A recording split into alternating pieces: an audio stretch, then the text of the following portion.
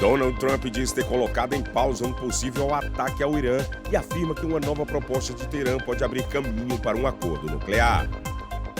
A Organização Mundial de Saúde acende alerta vermelho para o avanço do ebola no Congo e em Uganda. Terror na Califórnia. Ataque a uma mesquita deixa 5 mortos. Brasileira é investigada por golpes com joias de luxo e o prejuízo pode chegar a 100 milhões de reais. Shakira é absolvida na Espanha e Elon Musk sofre derrota na justiça nos Estados Unidos. E a FIFA fecha um acordo bilionário para o futuro dos álbuns de figurinhas. O Brasil News começa agora.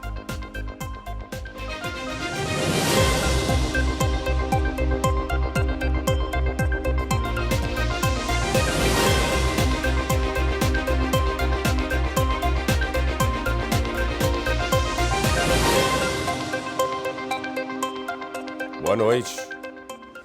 Donald Trump diz que colocou em pausa um possível ataque ao Irã. O presidente afirma que uma nova proposta de paz de Teherã pode abrir caminho para um acordo nuclear e evitar uma nova escalada no Oriente Médio.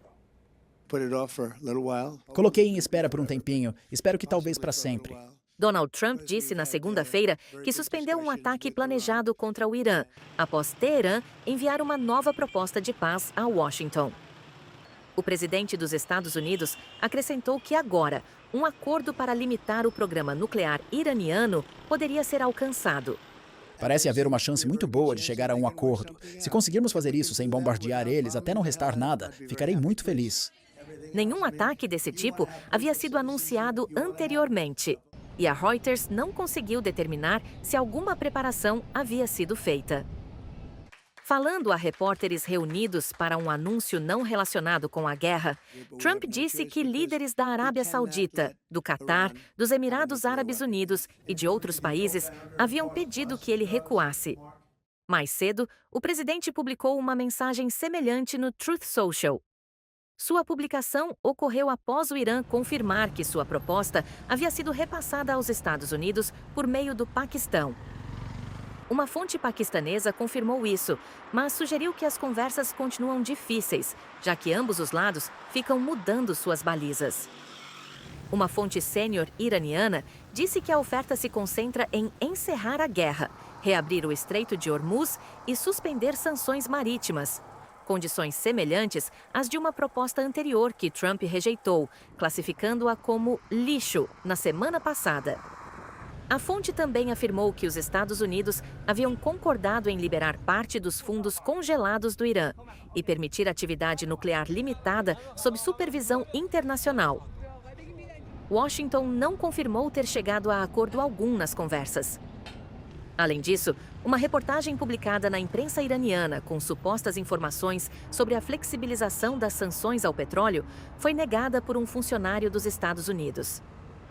Continua em vigor um frágil cessar-fogo, alcançado após 6 semanas de uma guerra iniciada por ataques aéreos dos Estados Unidos e de Israel contra o Irã. No entanto, drones foram lançados do Iraque em direção a países do Golfo, aparentemente pelo Irã e seus aliados. A Organização Mundial de Saúde fez um alerta grave sobre o avanço acelerado do ebola no Congo e em Uganda. Já são pelo menos 500 casos suspeitos e 130 mortes. O chefe da Organização Mundial da Saúde expressou profunda preocupação com a velocidade e a escala do surto de ebola, à medida que o número de casos aumenta. Tedros Adhanom se manifestou nesta terça-feira, apontando que há suspeita de pelo menos 500 casos e 130 mortes pela doença desde o início do novo surto na República Democrática do Congo e em Uganda. Isso se soma a uma morte confirmada e um caso confirmado em Kampala, em Uganda, e a 30 casos confirmados no Congo, na província de Ituri, afirmou o diretor-geral da OMS. Esta é a primeira vez que um diretor-geral declara uma emergência de saúde pública de importância internacional antes de convocar um comitê de emergência. Não fiz isso de forma leviana. Fiz isso em conformidade com o artigo 12 do Regulamento Sanitário Internacional, após consultar os ministros da saúde de ambos os países, e porque estou profundamente preocupado com a escala e a velocidade da epidemia. Embora o Congo tenha experiência no combate a esta doença, a detecção tardia e a rápida disseminação deste surto alarmaram especialistas em saúde. O surto atual é causado pelo vírus Bundibugyo, que, ao contrário da cepa mais comum do ebola, a Zaire, não possui terapias específicas aprovadas nem vacina. A seguir, uma brasileira está sendo investigada nos Estados Unidos e também no Brasil por golpes com joias de luxo. O prejuízo pode chegar a 100 milhões de reais.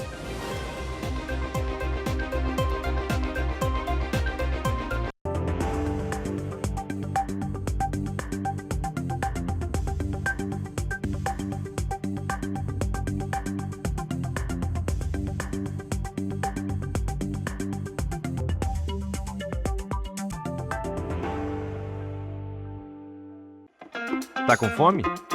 Resolve agora. Café da manhã completo, fresco e pronto. Almoço? Esquece fila, esquece demora. Aqui é rápido, cheio de sabor. Bateu à vontade à tarde? A gente entrega. Abre o DoorDash, procura Teixeiras Bakery. Pediu, chegou. Simples assim. Peça agora. Teixeiras Bakery. Mata a fome do jeito certo.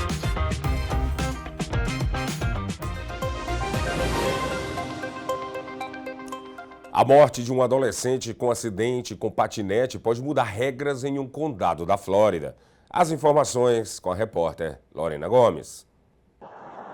As autoridades do condado de Orange estão discutindo mudanças nas leis sobre as bicicletas e patinetes elétricos após a morte do adolescente Colton Greensburg, de 13 anos. O menino estava em um patinete quando colidiu com uma caminhonete no dia 10 de maio. Segundo a patrulha rodoviária, o motorista não teve culpa e o menino teria entrado na frente do trânsito. Dias depois, ele morreu no hospital. Agora, o condado avalia novas medidas de segurança, como uso obrigatório de capacete, limites de velocidade e multas civis para infrações.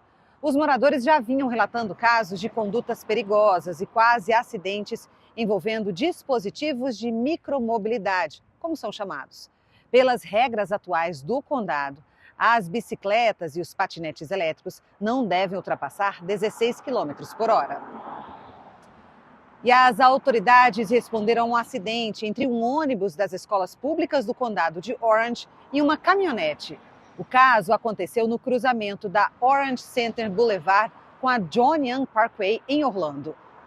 Segundo o distrito escolar, na tarde da segunda-feira, o ônibus transportava alunos no momento da colisão. Imagens da cena mostram que a frente dos dois veículos ficou destruída. Ao todo, 18 pessoas estavam envolvidas no acidente. 4 adultos foram levados a hospitais, enquanto os outros foram avaliados no local. Não houve relato de ferimentos graves. O Departamento de Polícia de Orlando investiga o caso. E o homem que matou um policial de folga fechou um acordo com a justiça na segunda-feira. O cubano Eduardo Machado, de 24 anos, se declarou culpado pelo assassinato em primeiro grau e deve passar o resto da vida na prisão sem direito à liberdade condicional. Ele era acusado de ter atirado e matar o policial de Edgewater, David Jewell, em um posto de gasolina em Ormond by the Sea em setembro do ano passado. Machado chegou a responder por pena de morte, mas mudou a declaração para não contestar o crime. Segundo investigadores, ele confessou o ataque. No dia do crime, Eduardo Machado teria dito que estava tendo um dia ruim e atirou na vítima sem dizer nada. O crime foi registrado por câmeras de segurança. A família da vítima acompanhou a audiência e falou em encerramento do caso. Promotores afirmam que as provas indicam que o assassinato foi premeditado. E a polícia do condado de Flagler e agentes do condado de St. John's realizaram uma grande operação de resgate em Palm Coast após denúncias de maus-tratos e negligência contra animais. Ao todo, 48 cães foram retirados de uma residência em condições consideradas terríveis pelas autoridades. Entre os animais estavam 16 filhotes recém-nascidos que precisaram de atendimento veterinário imediato. Segundo o hospital veterinário da região, os cães apresentavam problemas como desnutrição, pulgas e unhas extremamente grandes. Todos passam por avaliações médicas, vacinação e processo de reabilitação. Uma ONG de resgate animal deve assumir os cuidados após a estabilização clínica. As autoridades informaram que o caso segue sob investigação. Até o momento, ninguém foi preso. E uma mulher foi presa no condado de Lake após deixar um filhote de cachorro trancado dentro de um carro desligado sob um forte calor. O caso aconteceu no estacionamento de um shopping de Lady Lake. Segundo a polícia, a temperatura externa era de cerca de 33 graus Celsius. Os agentes encontraram o cachorro ofegante, chorando e tentando escapar pela janela. O veículo estava desligado e apenas com as janelas levemente abertas. Os policiais quebraram a trava da porta para resgatar o animal, que bebeu água imediatamente e foi levado para uma viatura com ar-condicionado. A dona do cachorro, identificada como Yenissi Morejon, de 26 anos, foi presa por crueldade animal. A polícia alerta que deixar animais dentro de veículo no calor da Flórida, mesmo por pouco tempo, pode ser fatal. Uma brasileira está sendo investigada nos Estados Unidos e também no Brasil por golpes com joias de luxo. O prejuízo pode chegar a 100 milhões de reais. A empresária brasileira Camila Briotti, de família tradicional do Paraná e com cidadania americana, é suspeita de aplicar golpes milionários envolvendo joias de luxo. Segundo as investigações que acontecem no Brasil e nos Estados Unidos, o prejuízo pode chegar a 100 milhões de reais. De acordo com a polícia, ela ganhava a confiança de joalheiros, retirava peças consignadas para revenda entre os dois países e depois deixava de repassar o dinheiro ou devolver as joias. Entre as peças estariam itens como ouro, diamantes e esmeraldas. Vítimas relatam prejuízos de milhões de dólares. O caso é investigado pelo FBI, principalmente na região sul da Flórida, onde Camila mantém residência. Cidades como Miami, Boca Raton e Palm Beach. Investigadores afirmam que parte das joias teria sido penhorada por valores muito abaixo do mercado para obtenção de dinheiro rápido. A defesa nega as acusações e diz que não há comprovação de irregularidades no Brasil. As investigações continuam nos dois países.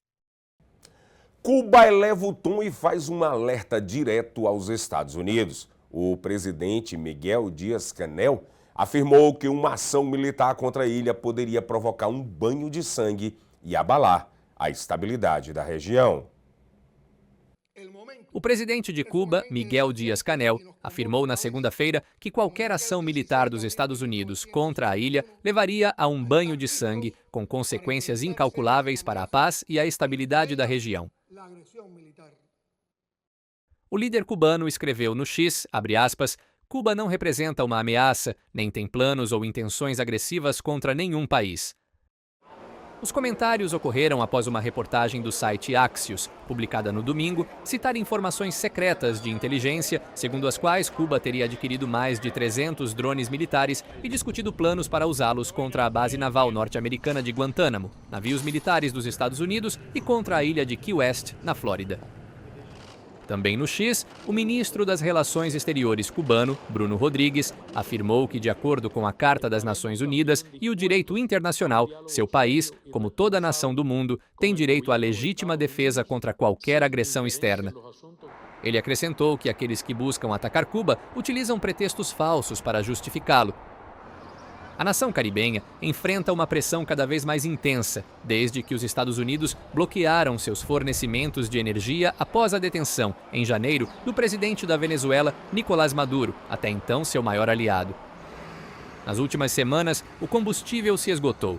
Além disso, a eletricidade costuma estar disponível apenas por 1 ou 2 horas por dia.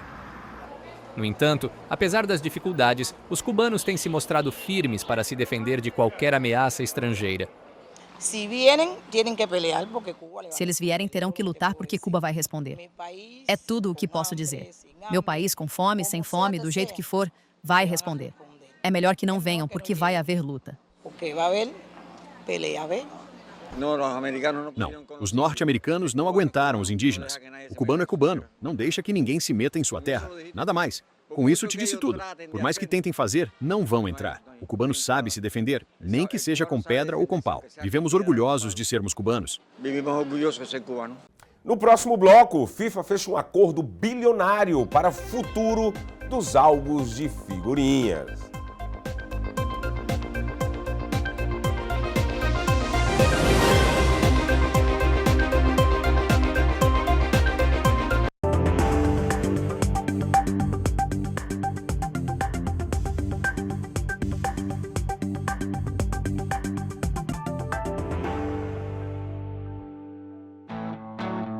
Você merece o melhor na sua mesa. Conheça a Cortes Famous. Carnes e embutidos premium feitos com qualidade, tradição e um sabor que faz toda a diferença. De linguiças artesanais a chorizos defumados, cada produto é preparado com cuidado para transformar seu churrasco, seu almoço ou qualquer momento especial em uma experiência inesquecível.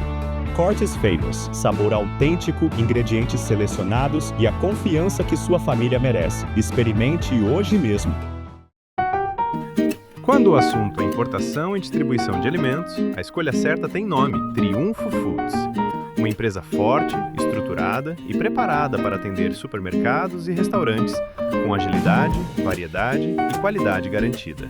Portfólio completo, logística eficiente e centros de distribuição estratégicos que fazem o produto chegar rápido, no prazo e com padrão elevado. Triunfo Foods. Força no mercado, confiança na entrega e crescimento para o seu negócio. Carmen Navas passou quase um ano procurando o filho desaparecido na Venezuela. 10 dias após descobrir que ele havia morrido sob custódia do Estado, a mãe, de 82 anos, também faleceu. Carmen Navas, uma mãe venezuelana de 82 anos que passou quase um ano procurando seu filho detido, Víctor Quero, morreu no domingo. A notícia foi divulgada pelo Foro Penal, a ONG que conduziu o caso de Quero. Apenas 10 dias antes de seu falecimento, as autoridades confirmaram que seu filho, de 50 anos, morreu em julho passado de insuficiência respiratória, enquanto estava na prisão. A ONG disse que autoridades prisionais afirmaram repetidamente a Navas que não sabiam onde seu filho estava. Ela havia se tornado uma figura conhecida na Venezuela ao pedir publicamente por informações sobre seu filho. A líder da oposição venezuelana, Maria Corina Machado, lamentou a morte de Navas nas redes sociais, elogiando sua coragem. Ela escreveu: "Não apenas uma mãe morreu. Uma mulher que transformou dor em coragem e desespero em denúncia se foi." No início deste ano, após uma ação militar dos Estados Unidos capturar o presidente Nicolás Maduro e sua esposa, a Venezuela aprovou uma lei de anistia para libertar centenas de supostos prisioneiros políticos. As autoridades venezuelanas sempre negaram manter detidos por razões políticas, afirmando que todos os detidos foram presos legitimamente por crimes cometidos. A cantora colombiana Shakira foi absolvida pela Justiça da Espanha em um caso de fraude fiscal. A estrela pop colombiana Shakira foi absolvida de fraude fiscal pela Alta Corte da Espanha nesta segunda-feira. De acordo com um documento judicial visto pela Reuters, o tribunal anulou a multa de 55 milhões de euros imposta em 2021 pela agência tributária espanhola. Atendendo a um recurso da cantora de Hips Don't Lie, o tribunal ordenou que o Tesouro a reembolse com mais de 60 milhões de euros, incluindo juros, informou a defesa de Shakira. O juiz decidiu que as autoridades não conseguiram provar que ela havia passado tempo suficiente na Espanha em 2011 para ser considerada residente fiscal.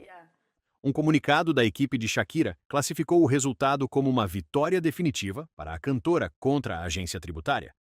Na época, a agência tributária argumentou que Shakira tinha ligação com a Espanha por meio de seu relacionamento com o ex-jogador de futebol do Barcelona Gerard Piqué e tinha seu centro de atividades no país mediterrâneo. A nova decisão ainda pode ser contestada perante a Suprema Corte e não afeta os anos fiscais após 2011. Em novembro de 2023, Shakira chegou separadamente a um acordo com os promotores para evitar um julgamento em Barcelona sobre acusações de não ter pago 14 milhões e meio de euros de imposto de renda na Espanha entre 2012 e 2014. O conflito ganhou um novo capítulo no Mediterrâneo. Organizadores afirmam que forças israelenses interceptaram mais de 40 embarcações de ajuda humanitária com destino a Gaza. Vários navios de ajuda com destino a Gaza ainda navegavam em direção ao enclave palestino devastado pela guerra na tarde desta terça-feira, no horário de Gaza, de acordo com o rastreador ao vivo da flotilha global Sumud. Os organizadores disseram que forças israelenses apreenderam mais de 40 embarcações em águas internacionais após iniciarem as interceptações na segunda-feira. O Ministério das Relações Exteriores de Israel afirmou na rede X que não permitiria a violação do que chamou de seu bloqueio naval legal sobre Gaza. Classificou a missão como uma provocação e exigiu que as embarcações retornem imediatamente. Falando em Ankara no final de segunda-feira, o presidente turco Tayyip Erdogan condenou a intervenção contra o que chamou de viajantes da esperança. Ele também instou a comunidade internacional a tomar medidas contra a ação de Israel, afirmando que se tratava de um ato de pirataria. Navios da flotilha global Sumud partiram pela terceira vez na última quinta-feira do sul da Turquia. Tentativas anteriores de entregar ajuda a Gaza foram frustradas pela interceptação israelense em águas internacionais. Os organizadores disseram que quase 430 pessoas de todo o mundo participavam da missão, envolvendo mais de 50 embarcações. Entre aqueles que estavam nos navios apreendidos, havia cidadãos gregos, o que provocou protestos em frente ao Ministério das Relações Exteriores da Grécia, em Atenas, na segunda-feira. O Ministério posteriormente divulgou um comunicado afirmando que estava acompanhando de perto os desdobramentos relacionados à flotilha. Disse também que enviou às autoridades israelenses um pedido formal para garantir a segurança dos cidadãos gregos envolvidos. O empresário Elon Musk sofreu uma derrota nos tribunais dos Estados Unidos. O bilionário do setor de tecnologia, Elon Musk, perdeu a disputa judicial sobre a orientação da empresa de pesquisa em inteligência artificial OpenAI. Um júri da cidade de Oakland, no estado norte-americano da Califórnia, rejeitou na segunda-feira a ação movida pelo empresário. Os jurados decidiram de forma unânime, após menos de 2 horas de deliberação, que Musk apresentou o processo judicial tarde demais. Com isso, foi rejeitada a base da acusação de que a OpenAI teria se desviado de seu objetivo original de desenvolver IA em benefício da humanidade. Foi o que explicou o advogado de Musk, Stephen Mollo. Consideramos que existe claramente uma violação do caráter beneficente de uma fundação, mas o júri não pôde chegar a um veredito devido ao prazo de prescrição. Ele afirmou também que Musk se reserva o direito de recorrer. A decisão foi precedida por um julgamento de 11 dias, no qual ambas as partes trocaram acusações recorrentes de ganância. William Savitt, advogado de Sam Altman, diretor executivo da OpenAI, também falou ao deixar o tribunal. O veredito do júri confirma que essa ação foi uma tentativa hipócrita de sabotar um concorrente e de superar uma longa história de previsões equivocadas sobre o que a OpenAI foi e será. Musk havia acusado Altman e sua empresa, que é apoiada pela Microsoft, de negligenciar a segurança da tecnologia e concentrar-se, em vez disso, no enriquecimento dos investidores. A polícia investiga como crime de ódio um ataque a tiros que chocou a cidade de San Diego, na Califórnia. 2 teenage gunmen opened fire at the Islamic Center of San Diego on Monday, killing a security guard and 2 other men outside the mosque. Police say the suspects aged 17 and 18 were later found dead from apparent self-inflicted gunshot wounds. San Diego Police Chief Scott Wall says authorities, alongside the FBI, are investigating the shooting as a hate crime, though no clear motive has been identified. There are details and information that we are investigating as to exactly what those what the hate speech or the hate words were that were conveyed. Some of that is going to have to take more time to develop further to see where that information is coming from. Officials say all children attending a day school inside the mosque complex were accounted for and safe after the gunfire began around 11:40 a.m. Oda Ishana was among dozens of children forced to huddle in a classroom. I heard like a bunch of bad stuff like gunshots, and plus I went inside the closet with my whole class. We heard like 12 or like 16 gunshots. And then the SWAT team said, if you open up, then they opened the door. About 2 hours earlier, the mother of one suspect called police to report her teenage son missing. She said he had taken 3 firearms in a vehicle and was believed to be with another teen, both dressed in camouflage. She believed her son was suicidal. And she began to share information that several of her weapons were missing. Her vehicle was missing, in addition to her son. Officers began searching nearby locations before emergency calls reported shots fired at the mosque. Scores of officers responded within minutes, and officials credit the slain security guard with likely helping prevent further bloodshed. The attack comes the week before the major Muslim holiday of Eid al-Adha. Taha Hassan is the imam and director of the Islamic Center. My community is mourning. This is something that we have never expected to take place. But at the same time, the religious intolerance and the hate, unfortunately, that exists in our nation is unprecedented.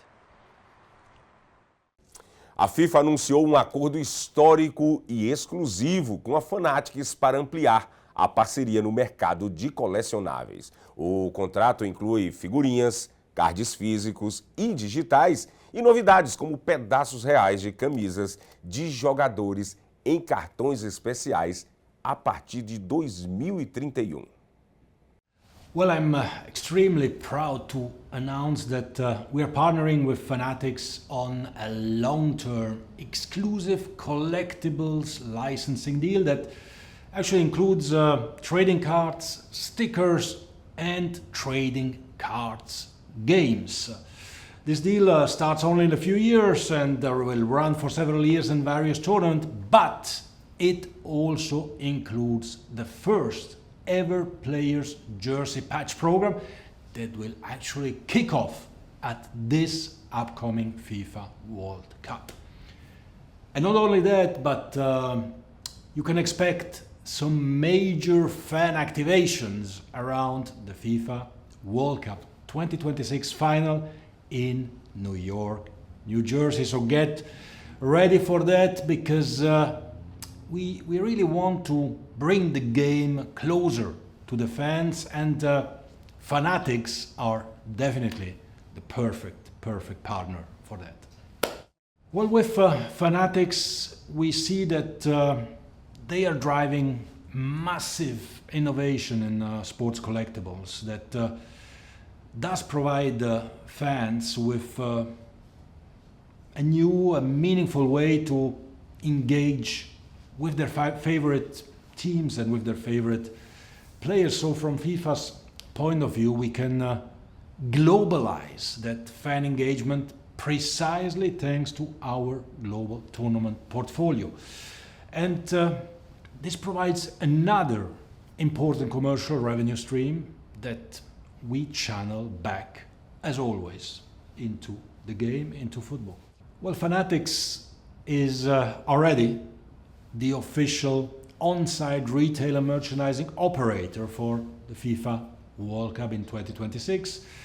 And we also partnered with them at the FIFA Club World Cup during the Fanatics Fest in New York City. This allowed us to bring together sport, entertainment and culture under one roof. So now, in 2026, the Fanatics Fest in New York City will play a key role for the FIFA World Cup final, as it will stage, and that's brand new, unseen so far, it will stage the official FIFA press conference and, of course, some other large-scale fan activations and experiences. Yes, well, this deal reflects FIFA's strategy to learn from North America, where, and I said this already, the commercialization of sport is really reaching different levels. I've seen that for myself at Formula One, at NFL, at UFC, at NBA, you name them. And now we can move that into the football arena with Fanatics, who are the leaders in this particular space. So this deal that enhances fan engagement and storytelling by creating deeper emotional connections between fans and players via collectibles or via, for example, game-used memorabilia and other events. So this deal really shows FIFA's forward-looking approach and our wish to grow the global game and maintain its appeal for the fans all over the world. It is global. It starts from North America, but will reach the entire world. This is really a historic partnership between FIFA and Fanatics to really expand and innovate the collectibles category. Starting in 2031, Fanatics and FIFA will innovate, grow, lead the collectibles business, and really take all the innovations that have driven so much growth throughout the world and bring them to global football. We could not be more excited at Fanatics about the opportunity we have here, how much growth sits ahead. Again, taking all the things that have worked so well for us. At Fanatics, we are so excited to take all the innovations that we've done from a product perspective, marketing for the first time, getting athletes really involved the way they are in so many other sports, and bringing that to global football and to FIFA in our partnership. If you really think about the collectibles category, there hadn't really been much product innovation, really no marketing, and the players just didn't care about this category until we got into this business 5 years ago and started pushing it in a big way.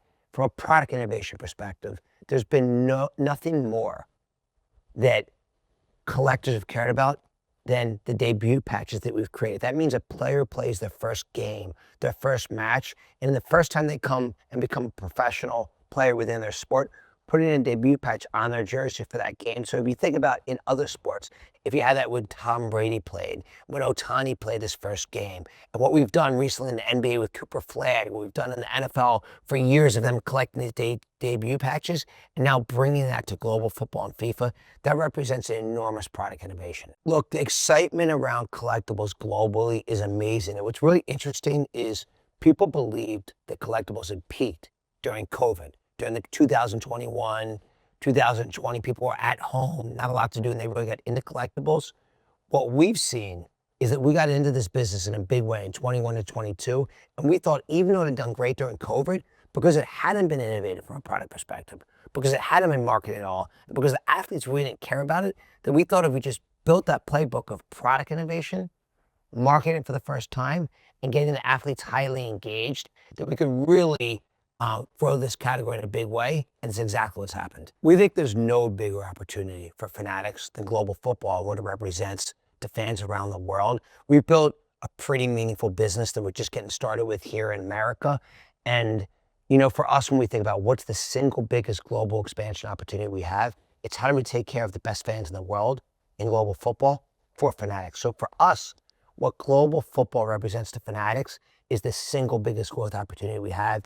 And we're so fortunate to be partners with FIFA, not only in the running the local experiences for everything around this World Cup, but about how do we innovate, grow, and market the collectibles category to billions of fans around the world. E chegamos ao fim de mais uma edição do Brasil News. Muito obrigado pela companhia e boa noite.